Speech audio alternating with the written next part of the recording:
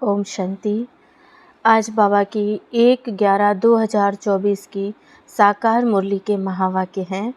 बाबा ने बताया, मीठे बच्ची, इस समय निराकार बाप साकार में आकर तुम्हारा श्रृंगार करते हैं, अकेला नहीं। प्रश्न है, तुम बच्चे याद की यात्रा में क्यों बैठे हो? उत्तर है, पहला पॉइंट, क्योंकि तुम जानते हो इस याद से ही हमें बहुत बड़ी आयु मिलती है, हम निरोगी बनते हैं।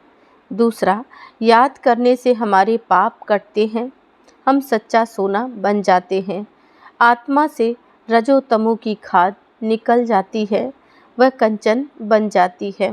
तीसरा, याद से ही तुम पावन दुनिया के मालिक बन जाएंगे। चौथा, तुम्हारा श्रृंगार होगा। पांचवा, तुम धनवान बन जाएंगे। यह याद ही तुम्हें पद्मा पदम भाग्यशाली बनाती है। ओम शांति। रूहानी बच्चों को रूहानी बाप समझा रहे हैं, यहाँ बैठ तुम क्या करते हो? ऐसे नहीं, सिर्फ शांति में बैठे हो, अर्थ सहित ज्ञानमय अवस्था में बैठे हो। तुम बच्चों को ज्ञान है बाप को हम क्यों याद करते हैं। बाप हमको बहुत बड़ी आयु देते हैं। बाप को याद करने से हमारे पाप कट जाएंगे, हम सच्चा सोना सतो प्रधान बन जाएंगे। तुम्हारा कितना श्रृंगार होता है, तुम्हारी आयु बड़ी हो जाएगी, आत्मा कंचन हो जाएगी। अब आत्मा में खाद पड़ी है, याद की यात्रा से वह सब खाद जो रजो तमो की पड़ी है वह सब निकल जाएगी। तुमको फ़ायदा होता है, फिर आयु बड़ी हो जाएगी, तुम स्वर्ग के निवासी बन जाएंगे और बहुत धनवान बनेंगे। तुम पद्मा पदम भाग्यशाली बन जाएंगे। इसलिए बाप कहते हैं, मन मना भव मामेकम याद करो। कोई देधारी के लिए नहीं कहते। बाप को तो शरीर है नहीं, तुम्हारी आत्मा भी निराकार थी, फिर पुनर्जन्म में आते आते पारस बुद्धि से पत्थर बुद्धि बन गई है। अब फिर कंचन बनना है। अभी तुम पवित्र बन रहे हो। पानी के स्नान से तो जन्म जन्मांतर किए, समझा हम इससे पावन बनेंगे, परंतु पावन बनने के बदले और ही पतित बन नुकसान में पड़े हो, क्योंकि यह है ही झूठी माया। झूठ बोलने के संस्कार हैं सबके। बाप कहते हैं, मैं तुमको पावन बनाकर जाता हूँ, फिर तुमको पतित कौन बनाता है? अभी तुम फील करते हो कितना गंगा स्नान करते आए हो, परंतु पावन तो बने नहीं। पावन बनकर तो पावन दुनिया में जाना पड़े। शांति धाम और सुख धाम है पावन धाम। यह तो है ही रावण की दुनिया, इसको दुख धाम कहा जाता है। यह तो सहज समझने की बात है, इसमें कोई मुश्किलात नहीं, ना किसको सुनाने में मुश्किलात है। जब कोई मिले तो सिर्फ यह बोलो, अपने को आत्मा समझ बेहद के बाप को याद करो। आत्माओं का बाप है परम पिता परमात्मा शिव। हर एक के शरीर का तो अलग अलग बाप होता है, आत्माओं का तो एक ही बाप है। कितना अच्छी रीति समझाते हैं और हिंदी में ही समझाते हैं। हिंदी भाषा ही है मुख्य। तुम पद्मा पदम भाग्यशाली इन देवी देवताओं को कहेंगे ना, यह कितने भाग्यशाली हैं। यह किसको भी पता नहीं कि यह स्वर्ग के मालिक कैसे बने। अभी तुमको बाप सुना रहे हैं, इस सहज योग द्वारा इस पुरुषोत्तम संगम पर ही यह बनते हैं। अभी है पुरानी दुनिया और नई दुनिया का संगम, फिर तुम नई दुनिया के मालिक बन जाएंगे। अब बाप सिर्फ कहते हैं, 2 अक्षर सहित अर्थ सहित याद करो। गीता में है मन मना भव। अक्षर तो पढ़ते हैं परंतु अर्थ बिल्कुल नहीं जानते। बाप कहते हैं, मुझे याद करो, क्योंकि मैं ही पतित पावन हूँ और कोई ऐसे कह ना सके। बाप ही कहते हैं, मुझे याद करने से तुम पावन दुनिया में चले जाएंगे। पहले तुम सतो प्रधान थे, फिर पुनर्जन्म लेते लेते तमोप्रधान बने हो। अब 84 जन्म बाद फिर तुम नई दुनिया में देवता बनते हो। रचयिता और रचना दोनों को तुम जान गए हो, तो अभी तुम आस्तिक बन गए हो। आगे जन्म जन्मांतर तुम नास्तिक थे। यह बात जो बाप सुनाते हैं और कोई जानते ही नहीं। कहाँ भी जाओ कोई भी तुमको ये बातें सुनाएंगे। अभी दोनों ही बाप तुम्हारा श्रृंगार कर रहे हैं। पहले तो बाप अकेले थे, शरीर बिगड़ था, ऊपर बैठ तुम्हारा श्रृंगार कर ना सके। कहते हैं ना, बत 12 यानी 1 और 2 मिलकर 12 होते हैं। बाकी प्रेरणा व शक्ति आदि की बात नहीं, ऊपर से प्रेरणा द्वारा मिल ना सके। निराकार जब साकार शरीर का आधार लेते हैं तब तुम्हारा श्रृंगार करते हैं। समझते हैं बाबा हमको सुखधाम में ले जाते हैं। ड्रामा के प्लान अनुसार बाबा बंधायमान है, उनको ड्यूटी मिली हुई है। हर 5000 वर्ष बाद आते हैं तुम बच्चों के लिए।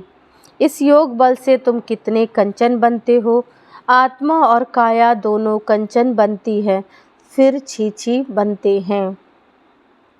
अभी तुम साक्षात्कार करते हो। इस पुरुषार्थ से हम ऐसा श्रृंगारा हुआ बनेंगे। वहाँ क्रिमिनल आई होती नहीं, तो भी अंग सब ढके हुए रहते हैं। यहाँ तो देखो छी बातें रावण राज्य में सीखते हैं। इन लक्ष्मी नारायण को देखो, ड्रेस आदि कितनी अच्छी है। यहाँ सब है देह अभिमानी, उन्हों को यह देह अभिमानी नहीं कहेंगे, उन्हों की नेचुरल ब्यूटी है। बाप तुमको ऐसा नेचुरल ब्यूटीफुल बनाते हैं। आजकल तो सच्चा जेवर कोई भी पहन नहीं सकता, कोई पहने तो उनको ही लूट लें। वहाँ तो कोई ऐसी बातें होती नहीं। ऐसा बाप तुमको मिला है।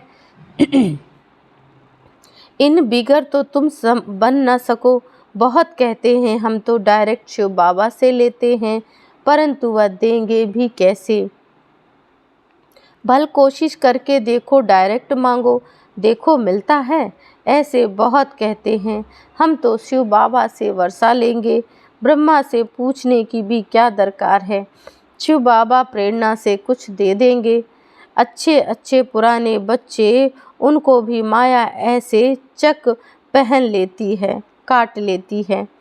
एक को मानते हैं, परंतु एक क्या करेंगे। बाप कहते हैं मैं एक कैसे आऊँ, मैं एक कैसे आऊँ, मुख बिगर बात कैसे कर सकूँ। मुख का तो गायन है ना। गौ मुख से अमृत लेने के लिए कितना धक्का खाते हैं, फिर श्रीनाथ द्वारे पर जाकर दर्शन करते हैं। परंतु उनका दर्शन करने से क्या होगा।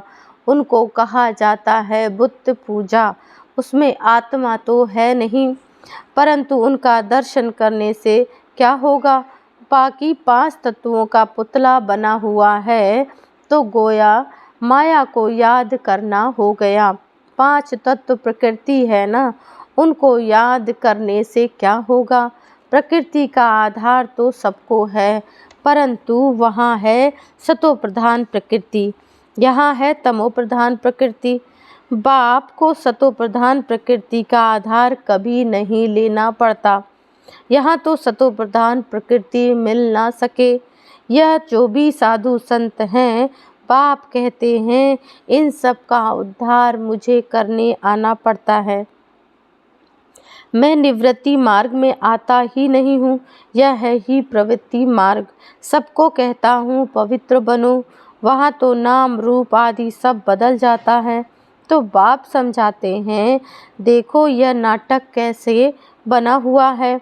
एक के फीचर्स ना मिले दूसरे से, इतने करोड़ों सबके फीचर्स अलग अलग हैं। कितना भी कोई कुछ करे तो भी एक के फीचर्स दूसरे से मिल नहीं सकते। इसको कहा जाता है कुदरत। स्वर्ग को वंडर कहा जाता है। कितना शोभनीक है। माया के 7 वंडर, माया का 1 वंडर, माया के 7 वंडर, बाप का 1 वंडर। वह 7 वंडर्स तराजू के एक तरफ रखो और यह एक वंडर दूसरी तरफ रखो तो यह भारी हो जाएगा। एक तरफ ज्ञान, एक तरफ भक्ति को रखो तो ज्ञान का तरफ बहुत भारी हो जाएगा। अभी तुम समझते हो भक्ति सिखलाने वाले तो ढेर हैं, ज्ञान देने वाला तो एक बाप है। तो बाप बैठ बच्चों को पढ़ाते हैं, श्रृंगार करते हैं।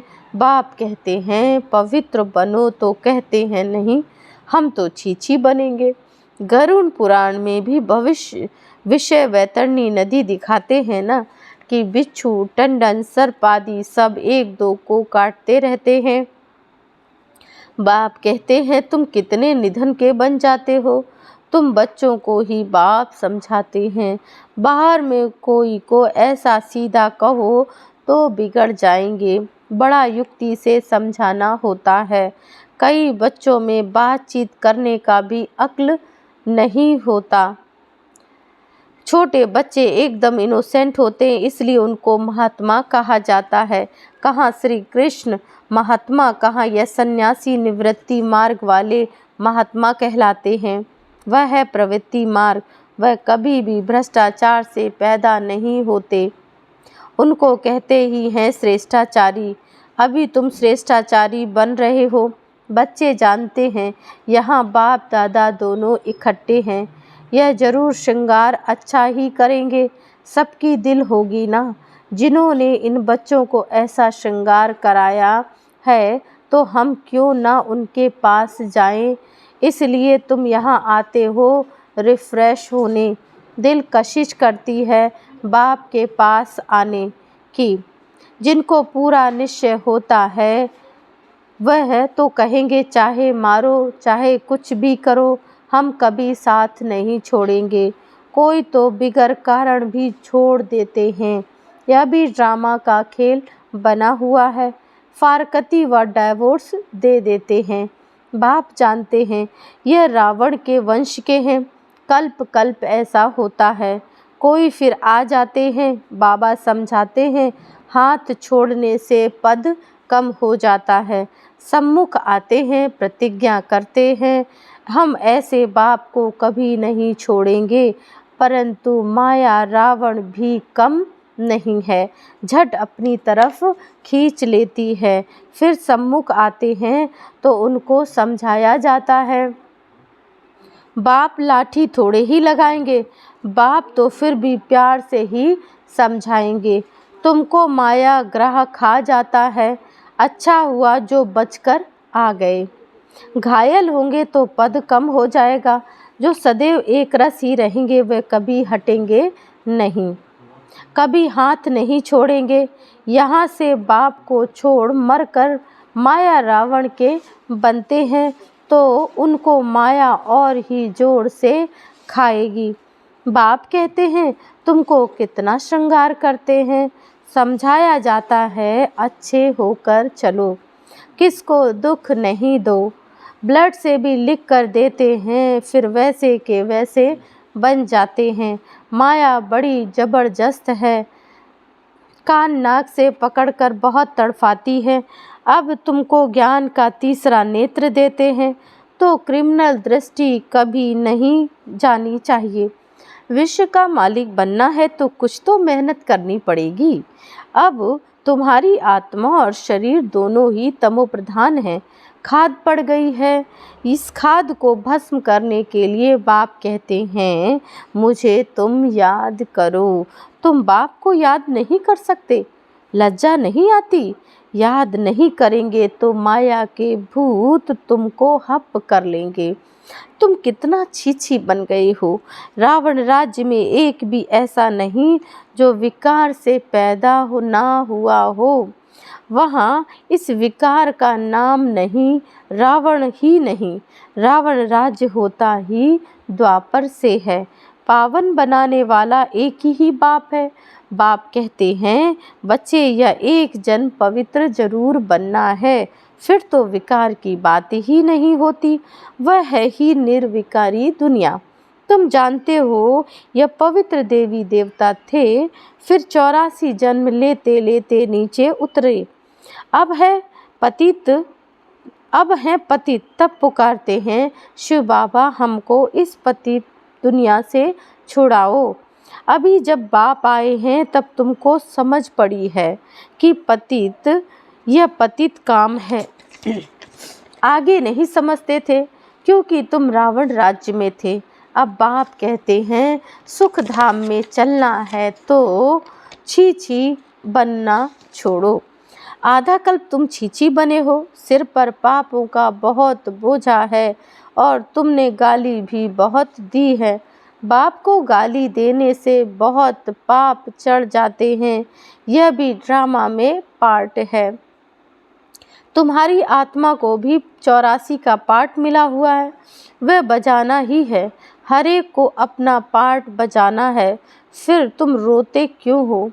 सतयुग में कोई रोता नहीं, फिर ज्ञान की दशा पूरी होती है तो वही रोना पीटना शुरू हो जाता है। मोहजीत की कथा भी तुमने सुनी है, यह तो एक झूठा दृष्टांत बनाया है।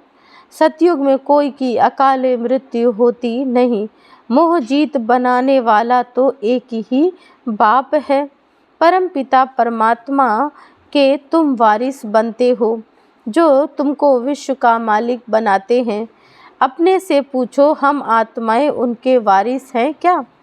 बाकी जिस्मानी पढ़ाई में क्या रखा है? आजकल तो पतित मनुष्यों की शक्ल भी नहीं देखनी चाहिए, न बच्चों को दिखानी चाहिए। बुद्धि में हमेशा समझो हम संगम युग पर हैं, एक बाप को ही याद करते हैं और सबको देखते हुए भी नहीं देखते हैं। हम नई दुनिया को ही देखते हैं, हम देवता बनते हैं, उस नए संबंधों को ही देखते हैं, पुराने संबंध को देखते हुए भी नहीं देखते हैं। यह सब भस्म होने वाला है। हम अकेले आए थे, अकेले ही जाते हैं। बाप एक ही बार आते हैं साथ ले जाने। इनको शिव बाबा की बारात कहा जाता है। शिव बाबा के बच्चे सब हैं। बाप विश्व की बादशाही देते हैं, मनुष्य से देवता बनाते हैं। आगे विष उगलते थे, अब अमृत उगलते हैं। अच्छा, मीठे मीठे सिकिलदे बच्चों प्रति माता पिता बाप दादा का याद प्यार और गुड मॉर्निंग। रूहानी बाप की रूहानी बच्चों को नमस्ते। हम रूहानी बच्चों की रूहानी बाप दादा को याद प्यार गुड मॉर्निंग नमस्ते ओम शांति। धारणा के लिए मुख्य सार है। पहला पॉइंट, स्वयं को संगम युगी निवासी समझकर चलना है। पुराने संबंधों को देखते हुए भी नहीं देखना है। बुद्धि में रहे हम अकेले आए थे, अकेले जाना है। दूसरा पॉइंट है, आत्मा और शरीर दोनों को कंचन पवित्र बनाने के लिए ज्ञान के तीसरे नेत्र से देखने का अभ्यास डालना है। क्रिमिनल दृष्टि खत्म करनी है, ज्ञान और योग से अपना श्रृंगार करना है। वरदान है, मन मना भव हो अलौकिक विधि से मनोरंजन मनाने वाले बाप समान भव। संगम युग पर यादगार मनाना अर्थात बाप समान बनना। यह संगम युग के सुहेज हैं, खूब मनाओ, लेकिन बाप से मिलन मनाते हुए मनाओ। सिर्फ मनोरंजन के रूप में नहीं, लेकिन मन मना भव हो मनोरंजन मनाओ। अलौकिक विधि से अलौकिकता का मनोरंजन अविनाशी हो जाता है। संगम युगी दीपमाला की विधि पुराने खाते खत्म करना, हर संकल्प हर घड़ी नया अर्थात अलौकिक हो। पुराने संकल्प संस्कार स्वभाव चाल चलन यह रावण का कर्जा है, इसे एक दृढ़ संकल्प से समाप्त करो। स्लोगन है, बातों को देखने के बजाय स्वयं को और बाप को देखो। ओम शांति।